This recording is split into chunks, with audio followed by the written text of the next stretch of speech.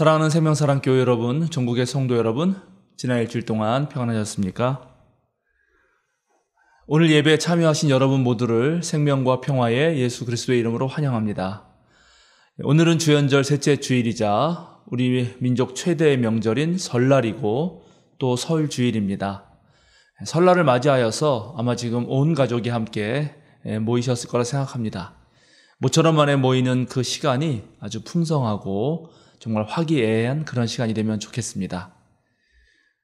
오늘 우리 설주일을 맞아서 늘 했듯이 우리 교육부 어린이 청소년들이 예배 마치고 어른들에게 세배하는 그런 시간을 갖도록 하겠습니다.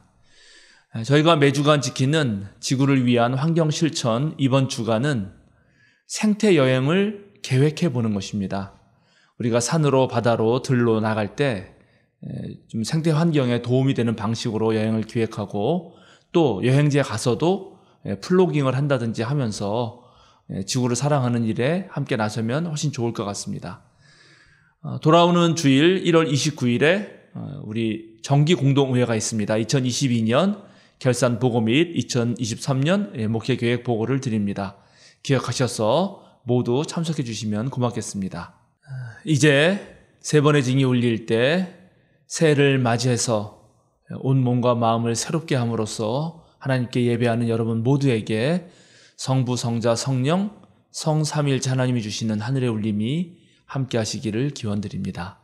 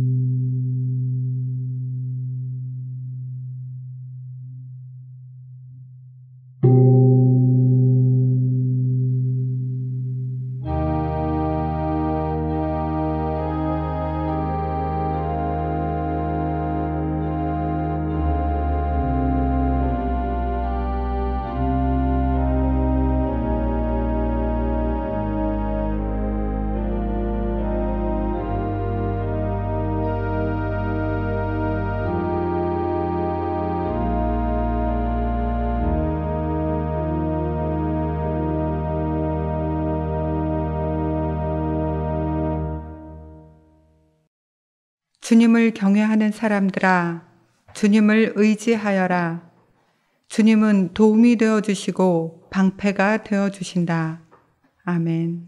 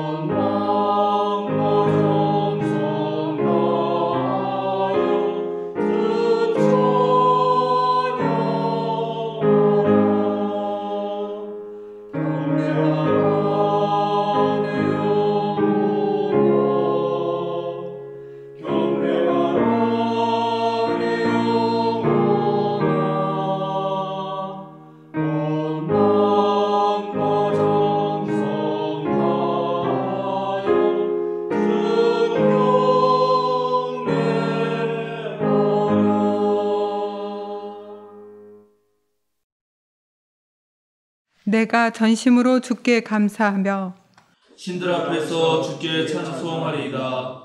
내가 주의 성전을 향하여 예배하며 주의 인자하심과 성실하심으로 말미암아 주의 이름에 감사하오리니 이는 주께서 주의 말씀을 주의 모든 이름보다 높게 하셨습니다.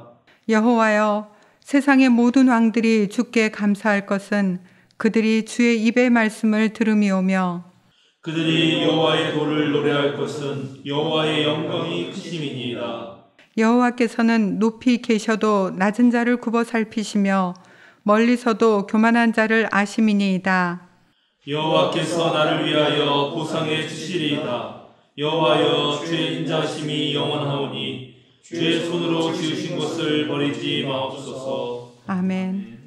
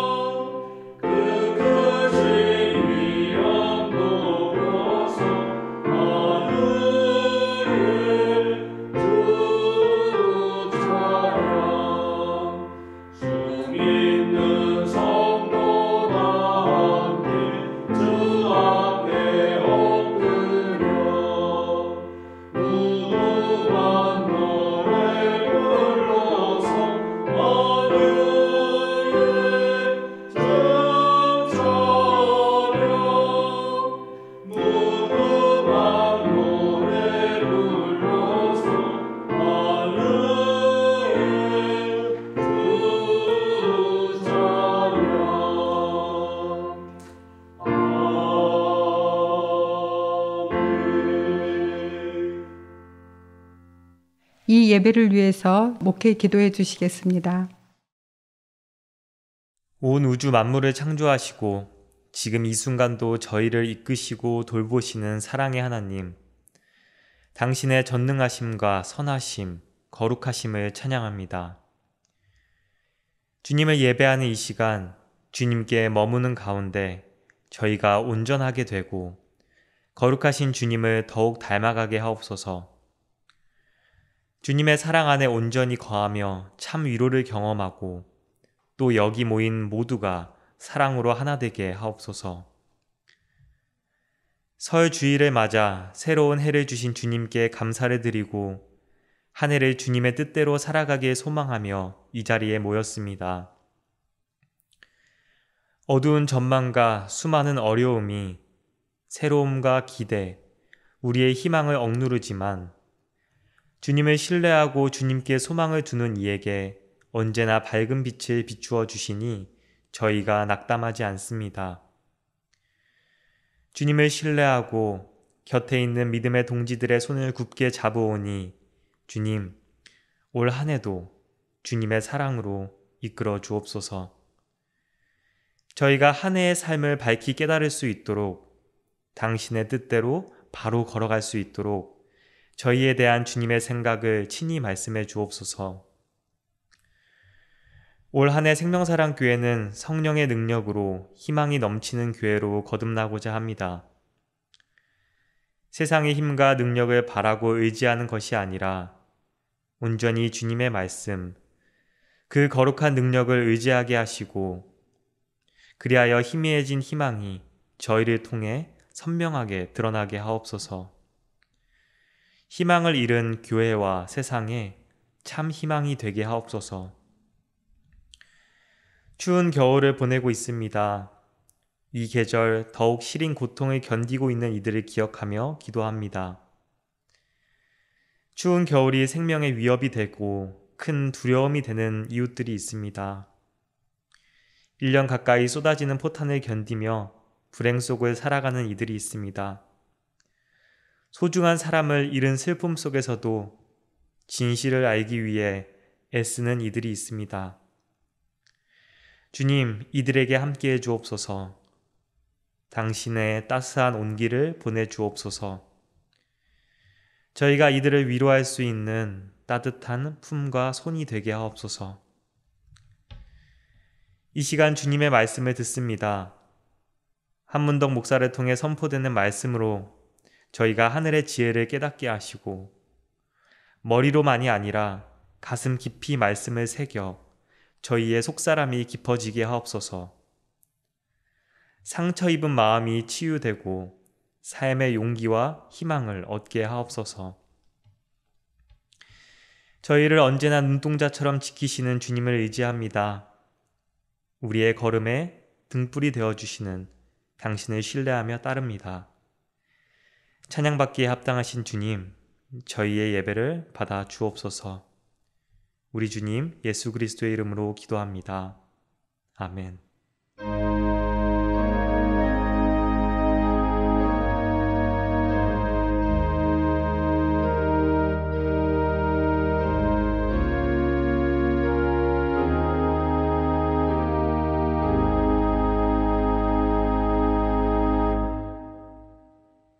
주연절 셋째 주일 우리에게 주시는 성경 말씀은 사사기 7장 1절에서 8절, 에베소서 6장 10절에서 17절 말씀입니다. 먼저 사사기의 말씀을 한 절씩 교독하시겠습니다. 여룻바알이라고도 하는 기드온과 그가 거느리는 모든 군대가 일찍 일어나 하롯이라는 샘 곁에 진을 쳤는데 미디안의 진은 거기에서 북쪽 골짜기에 있는 모래 언덕에 있었다. 주님께서 기드온에게 말씀하셨다. 네가 거느린 군대의 수가 너무 많다. 이대로는 내가 미디안 사람들을 네가 거느린 군대의 손에 넘겨주지 않겠다. 이스라엘 백성이 나를 제쳐놓고서 제가 힘이 세어서 이긴 줄 알고 스스로 자랑할까 염려된다. 그러니 너는 이제라도 그들에게 말하여 두려워서 떨리는 사람은 누구든지 길르앗 산을 떠나서 돌아가게 하여라. 기드온이 두려워서 떠는 자를 돌아가게 하니 그들 가운데서 22,000명이 돌아가고 10,000명이 남았다.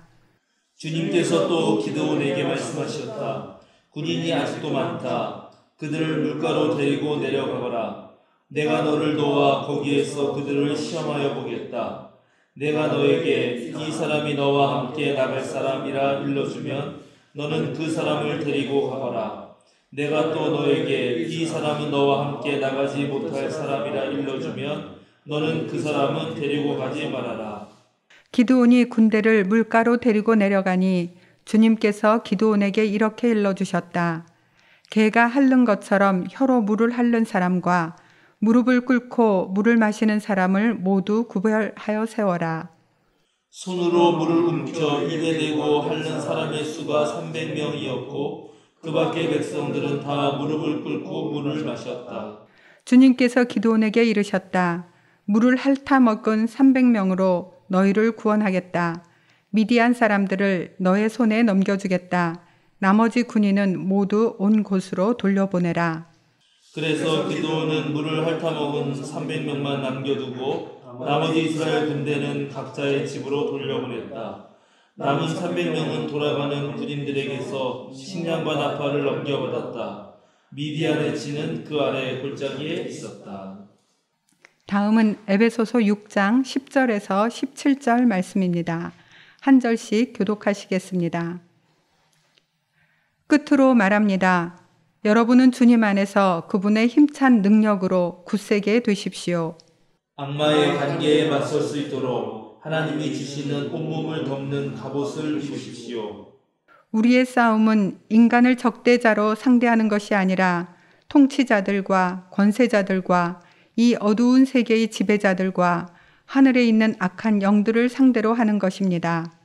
그러므로 하나님이 주시는 무기로 완전히 무장하십시오. 그래야만 여러분이 악한 날에 이 적대자들을 대항할 수 있으며 모든 일을 끝낸 뒤에 설 수 있을 것입니다.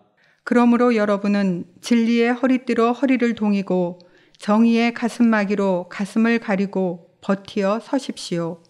발에는 평화의 복음을 전할 차비를 하십시오. 이 모든 것에 더하여 믿음의 방패를 손에 드십시오. 그것으로써 여러분은 악한 자가 쏘는 모든 불화살을 막아 꺼버릴 수 있을 것입니다. 그리고 구원의 투구를 받고 성령의 검 곧 하나님의 말씀을 받으십시오. 아멘.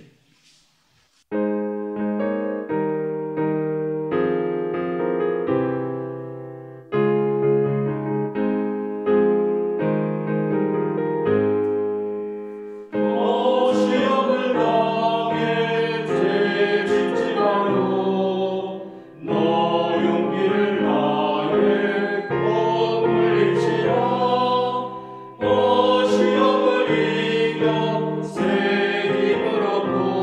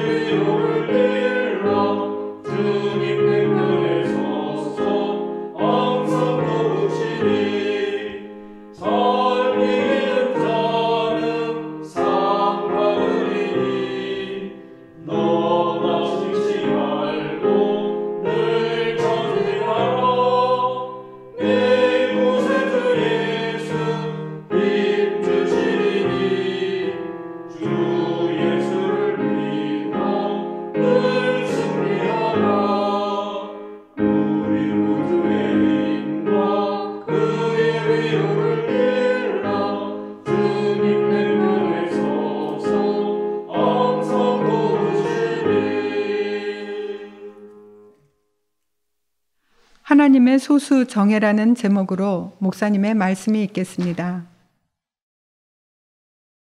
한 개인이 태어나서 성숙한 인격에 이르기까지는 참으로 많은 경험이 필요합니다. 우선 인생의 선배들에게 배워야 합니다. 그래서 누구나 좋은 부모 또 좋은 선생님을 만나게 되는 것은 참으로 큰 축복이라 할 수 있습니다. 그리고 삶의 지혜를 얻으려면 가능한 많은 경험을 해야 하는데요.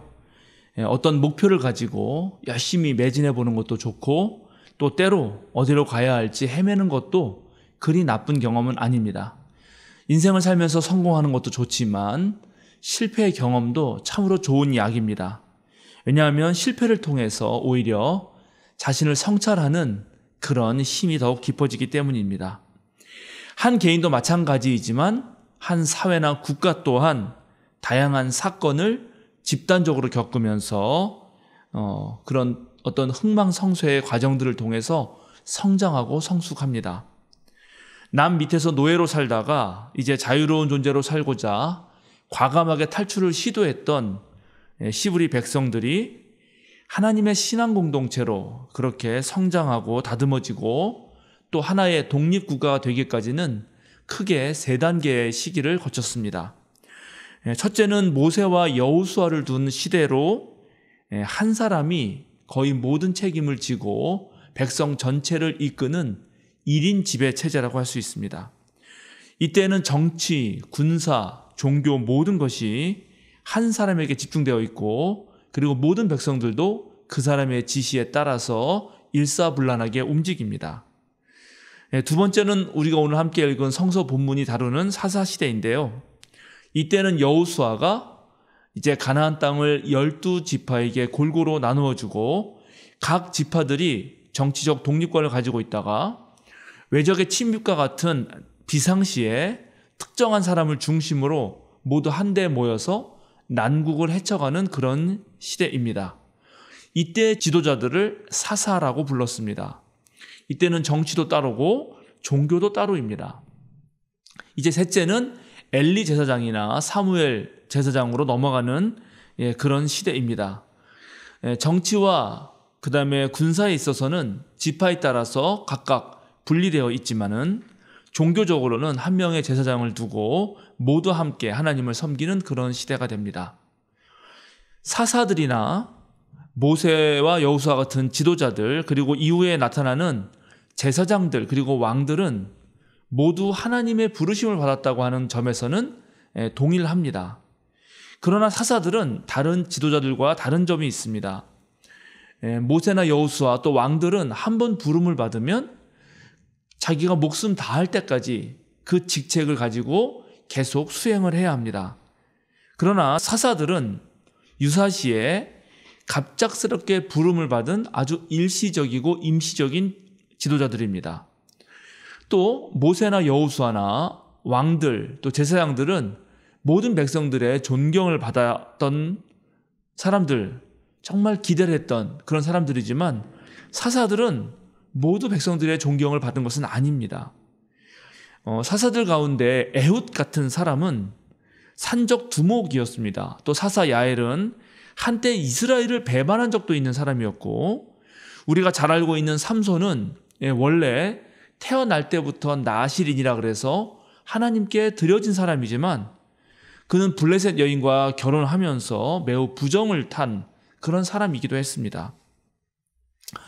사사 시대의 지도력은 임시적이고 또 백성들의 합의에 따른 것도 아니었기 때문에 당면한 위기는 그래도 가까스로 모면할 수 있었지만 그 시대는 사실 매우 혼란한 시대였다고 할 수 있습니다.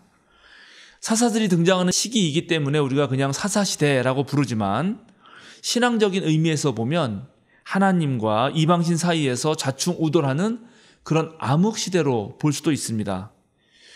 물론 어떤 면에서 보면 이스라엘 역사 전체가 또 이스라엘 백성들 모두가 하나님과 이방인 사이에서 왔다 갔다 그렇게 오락가락하는 방황의 역사라고도 할 수 있고 또 어떤 면에서 일장춘몽인 인생의 단맛을 보기 위해서 겉보기에 화려한 그런 이방신을 쫓다가 이로 인해서 죄악의 구렁텅이에 빠져서 허덕이는 그런 고통의 역사라고도 볼 수 있습니다만 사사시대는 다른 어떤 시대보다 더 어수선했던 그런 시기였기 때문에 성서를 기록하는 사람이 그 시대에는 사람들이 다 자기 마음대로 제 멋대로 자기 소견에 따라서 행동하였다라고 그렇게 기록할 정도였습니다.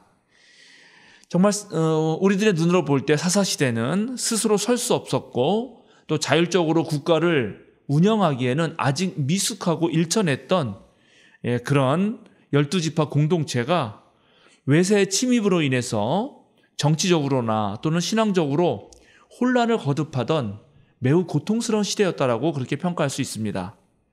그러나 그것도 신앙의 눈으로 본다면 이 시대는 어떤 면에서 하나님께서 자신의 백성을 거짓 유혹에서 벗어나게 하려고 또 그래서 참된 신앙의 백성으로 성장시키려고 훈련시키셨던 시간, 즉 연단의 채찍의 시간이라고도 할 수 있습니다.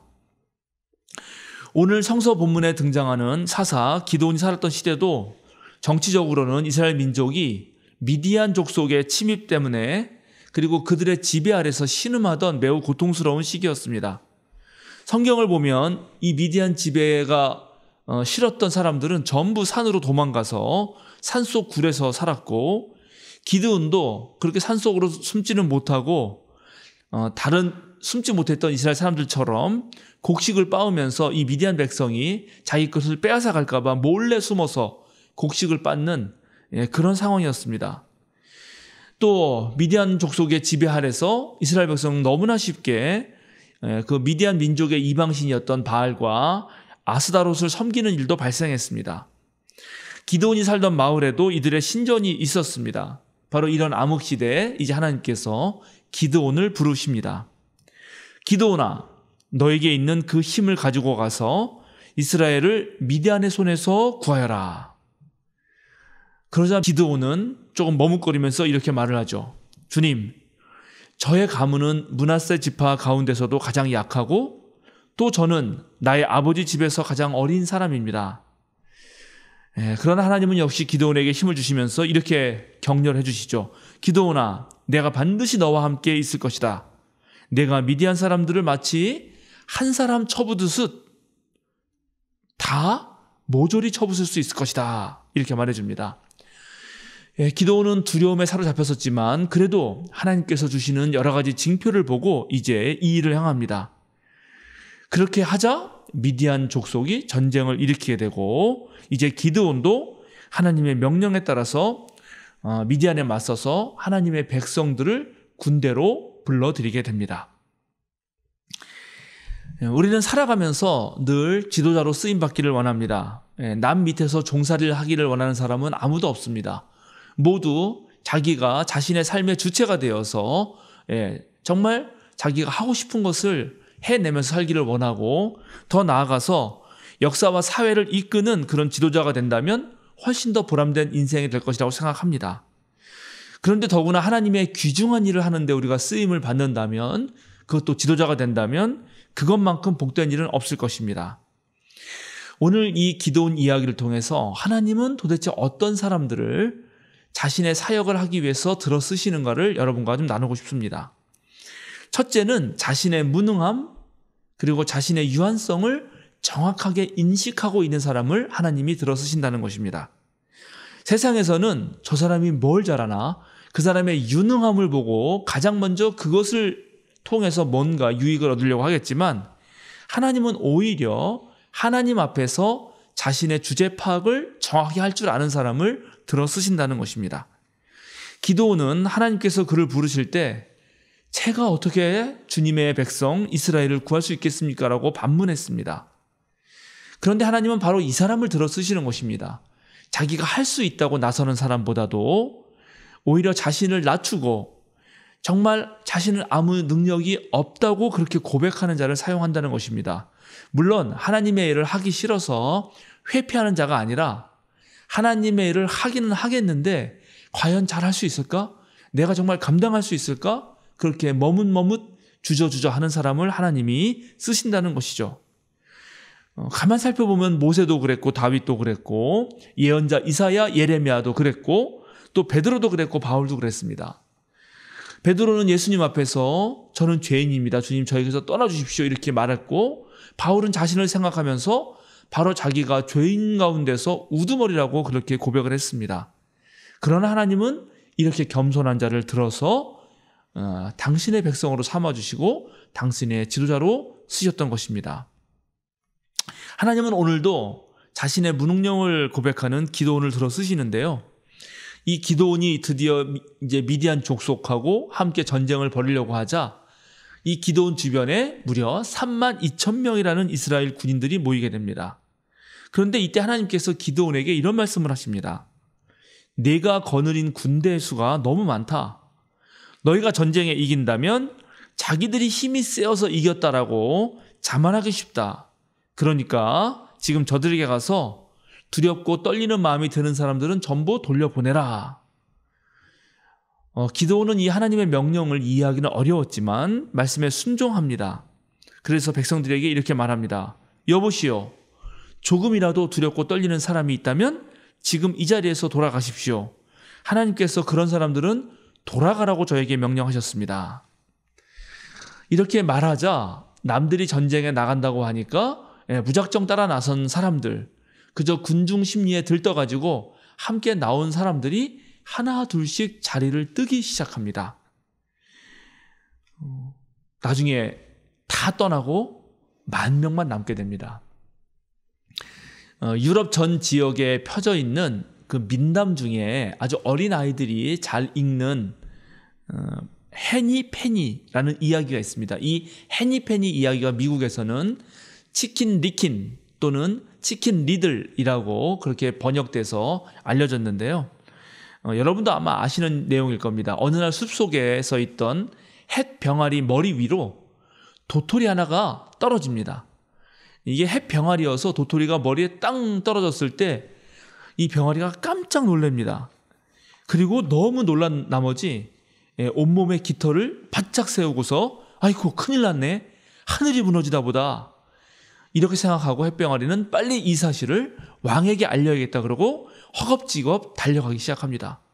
막 달려가는 길에 암탉을 만나게 되는데 암탉이 왜 그렇게 뛰냐 물어보니까 지금 하늘이 무너집니다. 왕에게 이 사실을 알리려고 제가 뛰어갑니다라고 말을 하는 것입니다. 그래서 암탉도 이제 햇병아리와 함께 뜁니다.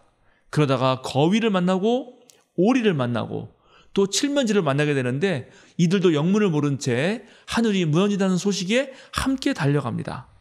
그렇게 달려가다가 이들은 여우를 만납니다. 여우가 묻습니다. 아니 이렇게 좋은 날에 어디 그렇게 열심히 뛰어다니십니까? 그러니까 이들이 말합니다. 여우 아저씨, 지금 큰일 났어요. 지금 여유 부리면서 날씨가 좋다 안 좋다 말할 때가 아니에요. 지금 하늘이 무너지고 있다니까요. 여우가 되묻습니다. 아니 그걸 어떻게 아니? 그러자 햇병아리가 말합니다. 제 눈으로 보았고 귀로 들었고 제 머리에까지 떨어졌습니다. 하늘이 무너지는다는 이 소식을 저희는 지금 왕에게 알려야 됩니다. 이 이야기를 다 들은 여우가 이렇게 말합니다. 그래? 그러면 내가 왕에게 가는 길을 알려주지. 나를 따라오면 돼. 그래서 이제 이 암탉과 오리와 거위와 칠면조와 햇병아리는 여우를 따라서 들판을 가로질러 강을 건너고 어느 굴 속으로 들어갔는데 바로 그 굴은 여우가 살던 굴이었습니다. 햇병아리와 암탉과 오리와 거위와 칠면조는 당연히 왕을 보지도 못했고 그 이후로 이들을 보았다는 사람도 아무도 없었습니다. 아주 아이들에게 들려주는 재밌는 이야기 같지만 여러분 어떻게 생각하십니까? 여기에 등장하는 동물들이 바로 오늘을 살아가는 우리들의 모습 아닐까요? 우리는 누가 뭐라고 하면 언론이 한마디 하면 금방 부하내동하면서 아무 생각 없이 휩쓸려 그렇게 달려가는 모습을 보이곤 합니다. 어디로 가는지도 모르면서 남들이 뛰니까 무작정 같이 뛰어가고 그러다가 흉악한 사탄의 꼬임에 넘어가서 정말 흔적도 없이 사라지고 마는 그런 일반 군중들의 모습이 혹시 우리가 아닌가 생각해 봅니다.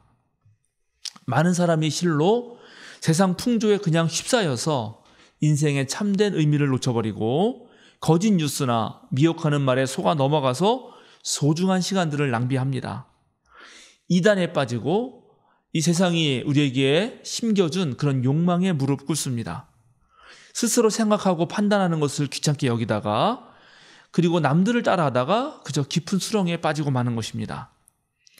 오늘 성서 본문에서 미디안과 싸우려고 나온 32,000명 중에 다시 되돌아간 사람이 무려 22,000명이나 된다는 사실을 우리는 기억해야 합니다.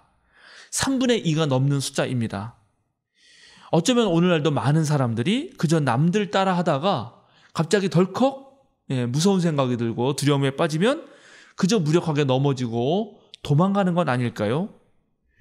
그저 많은 사람 사이에 숨어서 남들 하는 것에 묻어서 살아가는 삶, 있는 듯 없는 듯 그렇게 살아가는 삶은 절대로 주님께서 원하시는 삶이 아닙니다.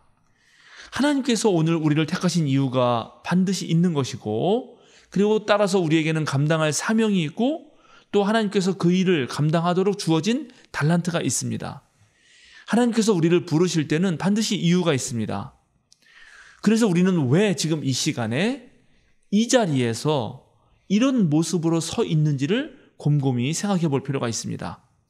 그저 세상 물정 모르는 햇병아리처럼 작은 일에 놀라서 정신없이 그저 남이 하니까 나도 덩달아 뛰어가는 그런 일은 절대 해서는 안 되는 것입니다.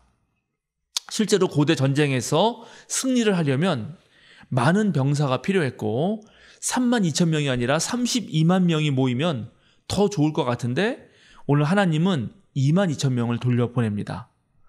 그래서 10,000명이 남았는데 오늘 보니까 또 10,000명도 많다라고 그렇게 말씀하시면서 사람을 또 추려냅니다. 결과적으로 300명만 남게 됩니다. 여러분 이 상황을 어떻게 생각하십니까? 적은 수십만인데 우리 군사는 겨우 300입니다. 하나님이 이렇게 하신 것입니다. 이렇게 하신 하나님의 판단을 여러분은 어떻게 생각합니까? 목회를 하는 전국의 목사님들 다 비슷하겠지만 목회하다 보면 언제나 교인의 숫자를 신경 쓰게 됩니다. 인간적인 계산을 하는 거죠. 어떤 교회는 목사가 부임해서 교회를 부흥시키지 못하고 교인의 숫자를 늘리지 못했다고 해서 쫓겨나기도 합니다. 또 그렇기 때문에 교인 수가 많고 재정이 많아져야 목회가 성공하는 것으로 그렇게 여기고 마치 교회를 운영하는 것을 기업을 경영하듯이 그렇게 하는 목회자도 있습니다. 그러나 오늘 이 사사기의 본문을 보면 하나님의 비전은 우리의 비전과는 다른 것 같습니다. 하나님의 비전은 숫자에 있지 않습니다. 지금 하나님은 오히려 소수 정예를 뽑고 있습니다. 숫자만 많다고 덩치만 크다고 이기는 것이 아니라는 것입니다.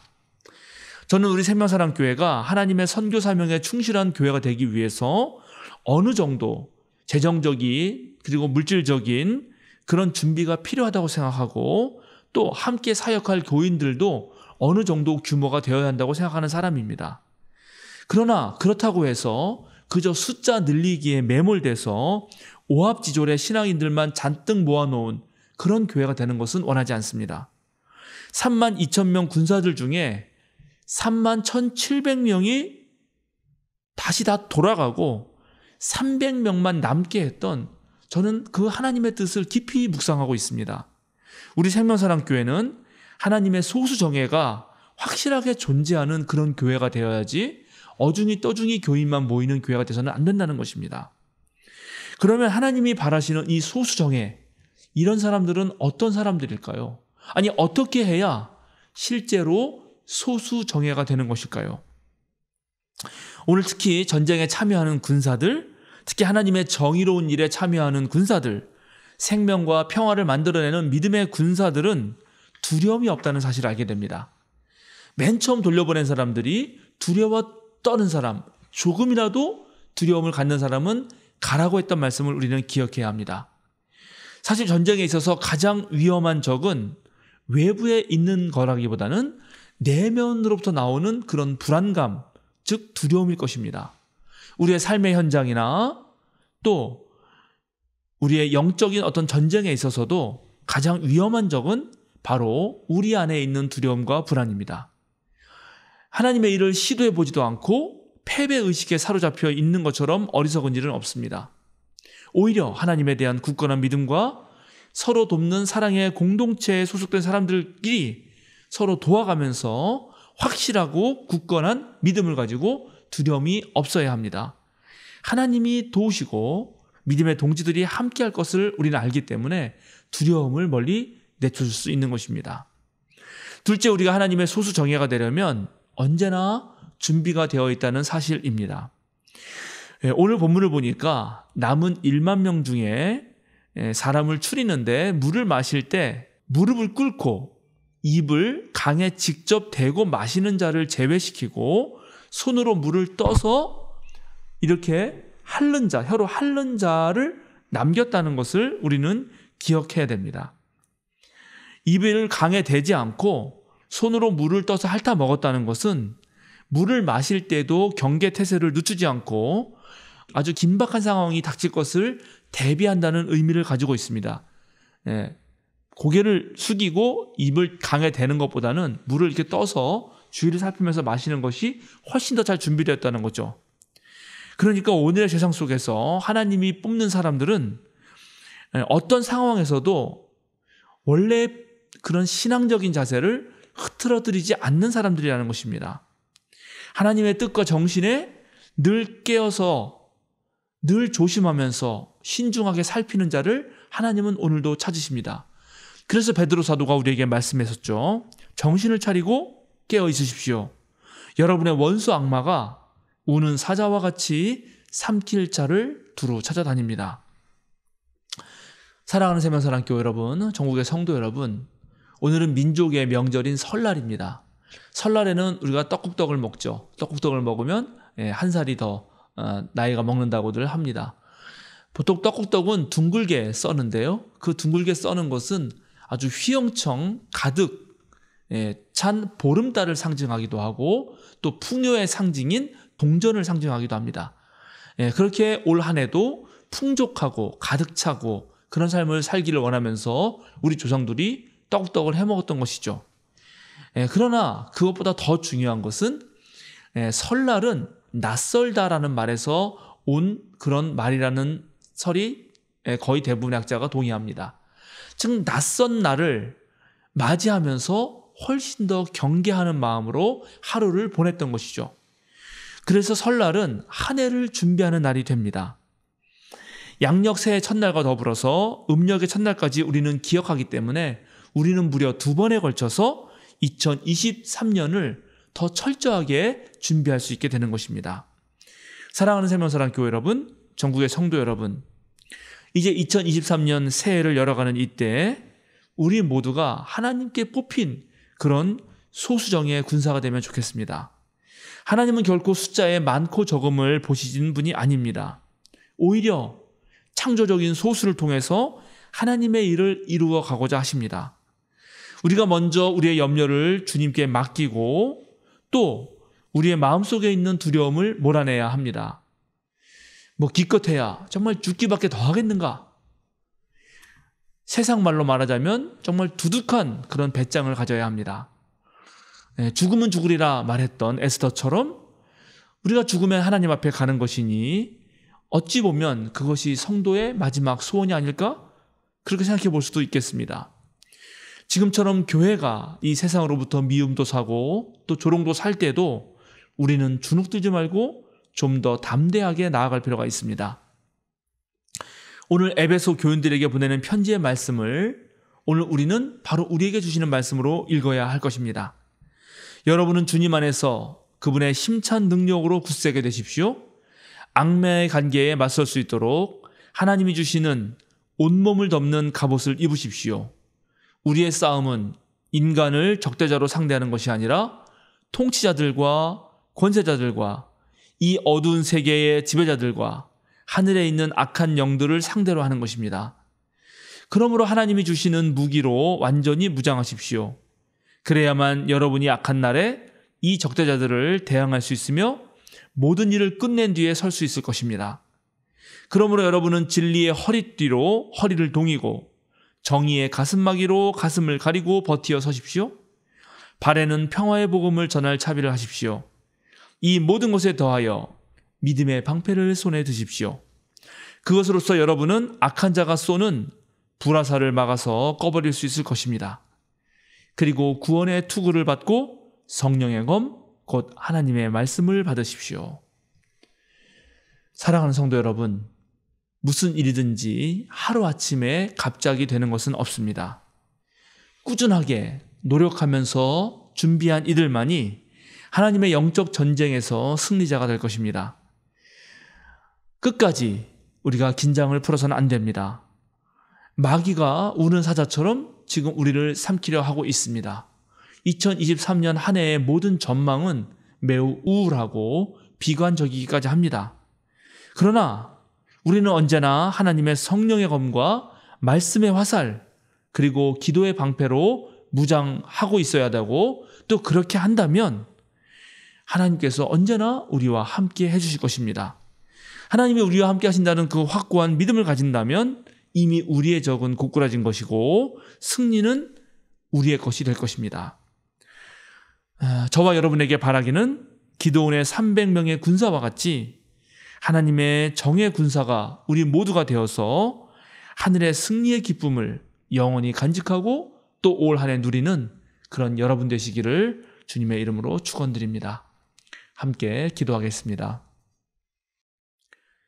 힘과 능력, 사랑과 지혜의 하나님, 우리에게 굳센 믿음을 주소서, 담대함을 주소서, 어수선한 세상 속에서 위기의 상황이 찾아온다 해도 절대 당황하지 않게 하여 주소서, 고난 속에서 성장하며 실패에서 배우는 우리가 되게 하여 주소서, 우리 힘을 자랑하지 않으며 하나님 앞에서 교만하게 잘난 체 하는 어리석은 자가 되지 않게 하여 주소서, 말씀으로 무장하고 성령의 검을 들고 훈련하는 우리가 되게 하여 주소서, 늘 깨어서 다가오는 미래를 준비하는 우리 생명사랑교회가 되게 하여 주소서, 2023년도 보람찬 한 해를 보내도록 매 순간 진실하며 최선을 다하게 하여 주소서.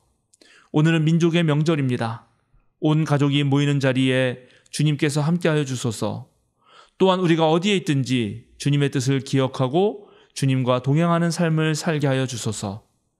늘 우리 곁에서 스승이 되시는 예수 그리스도의 이름으로 기도드립니다. 아멘.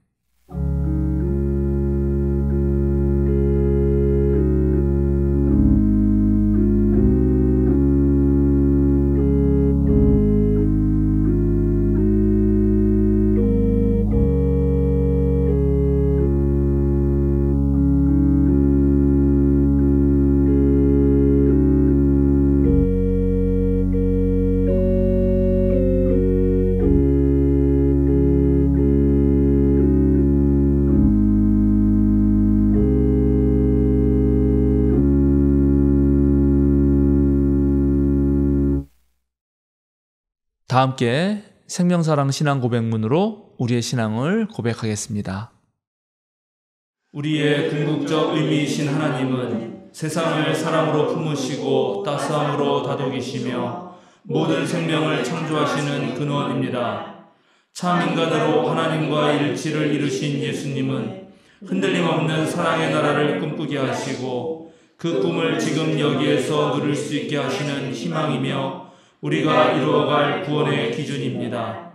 모든 생명을 사랑으로 충만케 하시는 성령님은 우리의 삶과 역사를 진리로 이끌어 주시고 우리를 일깨우셔서 선한 뜻을 따르게 하십니다. 삼위일체 하나님을 만난 우리는 서로의 다름을 인정하고 약한 이들의 아픔에 민감하게 반응하며 그들과 함께 하겠습니다. 우리는 아름답고 선한 것에 주목하고 하나님의 창조 세계를 지키며 생명을 살리는 삶을 살겠습니다.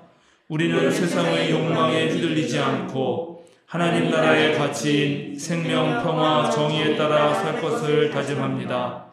우리는 하나님, 예수님, 성령님께서 참 그리스도인으로 살아가려는 우리와 항상 함께 해주심을 믿습니다.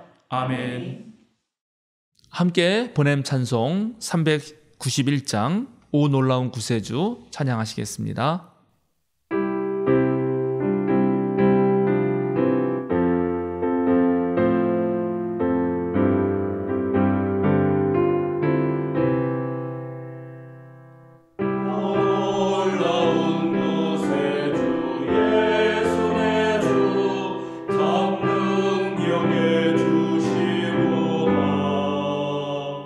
근마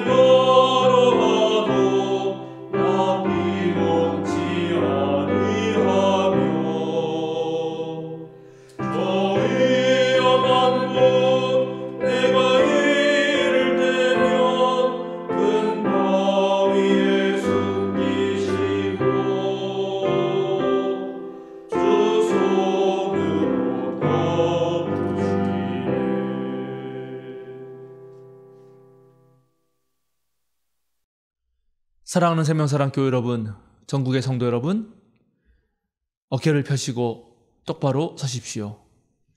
세상으로 당당하게 그리고 힘차게 걸어 나가십시오. 자유인으로 사십시오. 세상은 우리를 자꾸 숫자로 재단하려 합니다. 여러분 거기에 속지 말고 굳센 믿음을 가지고 오직 주님의 사랑 안에서 살아가십시오. 주님께서 주시는 지혜로 우리에게 다가오는 미래를 지금 선취하며 살아가십시오. 축도하겠습니다.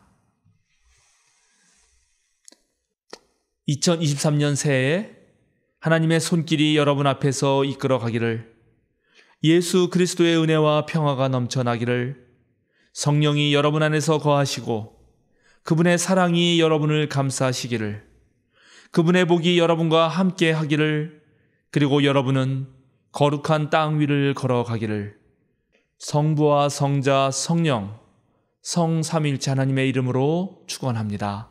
아멘.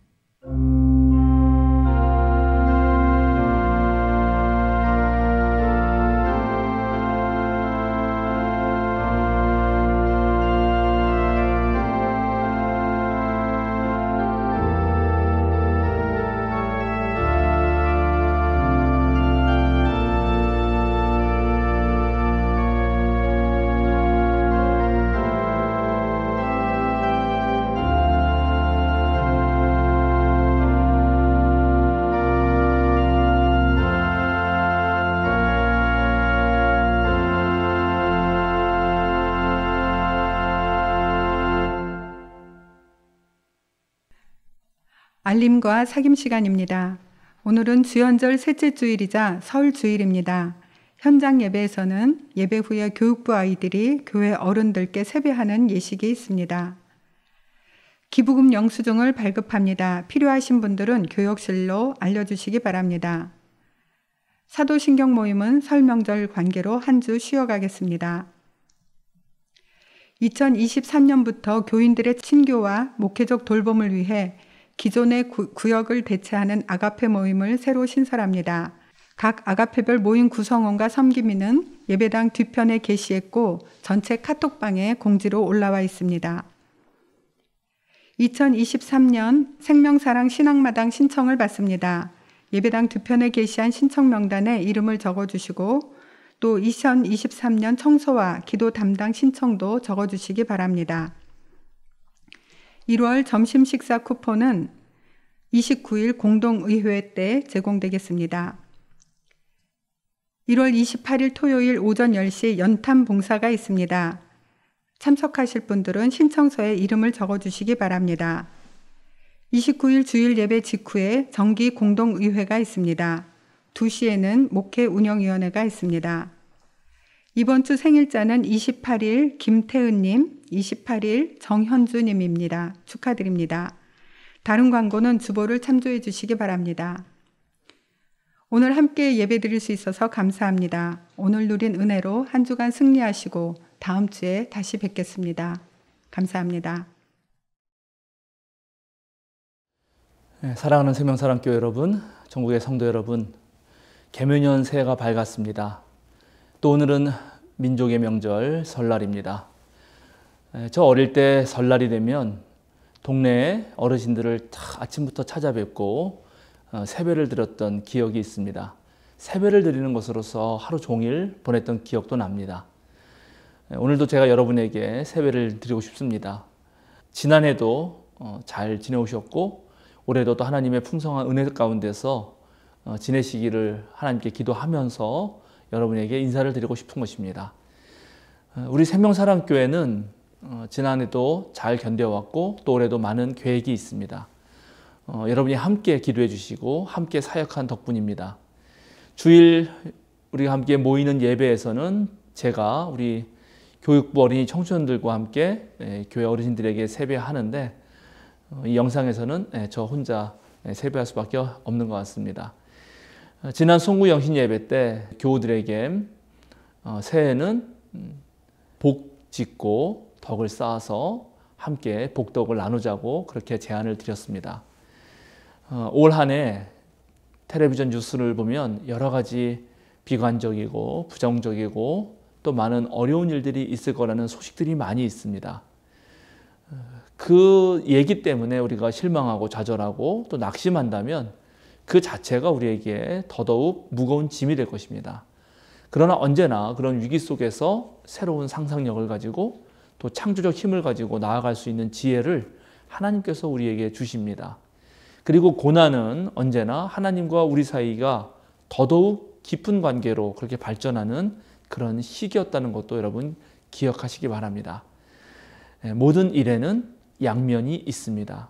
그것을 기억하시면서 올 한 해도 여러분 어떤 일이 오더라도 정말 우리를 향하신 주님 안에서 여러분을 향한 그런 사랑을 끊을 수 없다는 사실을 기억하시고 굳세고 힘차게 살아가시기 바랍니다. 우리 생명사랑교회도 새 역사 10년을 맞이하면서 정말 성령의 능력으로 희망이 넘치는 그런 교회로 살아가도록 하겠습니다. 그럼 제가 여러분에게 세배를 드리도록 하겠습니다.